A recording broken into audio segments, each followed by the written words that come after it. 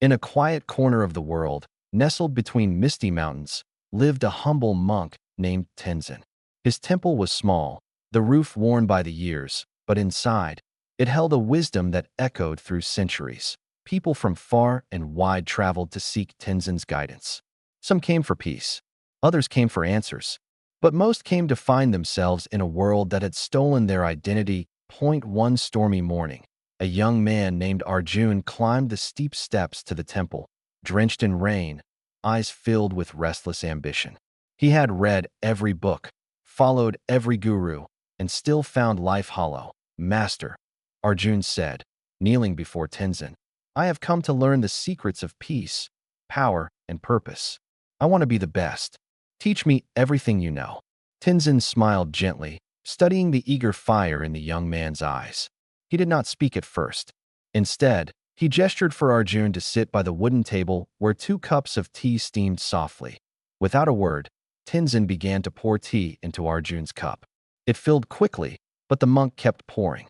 The tea spilled over, flowing onto the table. "Master, it's full," Arjun exclaimed, jumping back. Tenzin stopped. He looked at Arjun calmly and said, "Like this cup, your mind is already full of opinions, pride, knowledge, and noise. How can I teach you anything unless you first empty your mind?" Arjun was stunned. In that single moment, he realized he had come not as a student, but as someone who thought he already knew.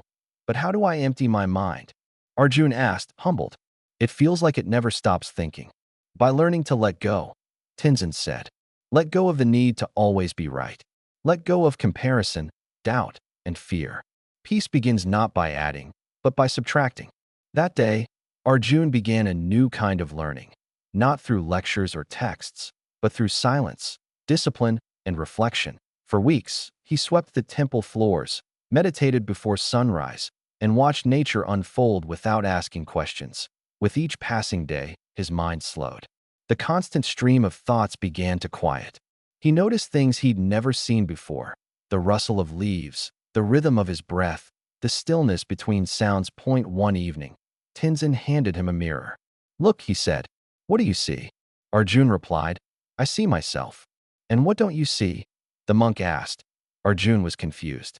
"I don't understand." Tenzin nodded. "You see only what's on the surface, but inside you is stillness, vast and infinite. When the mind is empty, the soul begins to speak."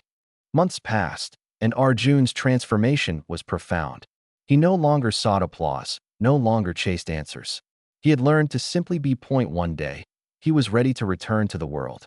As he bowed before Tenzin, he asked, "What should I do now?" The monk replied, "Go live. Face pain and joy without clinging to either. Remember, the world is noisy, but your mind doesn't have to be." Arjun walked down the mountain not as a seeker, but as someone who had found stillness within. Life was no longer a riddle, but a river to flow through. Years later, many came to learn from Arjun. They called him teacher.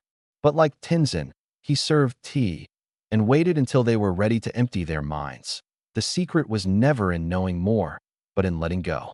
Empty your mind. As Arjun and you will find what you've been searching for. He remembered Tenzin's every word. Not to speak too soon, not to give answers before the question was truly understood. One day, a young woman named Mira arrived at Arjun's retreat.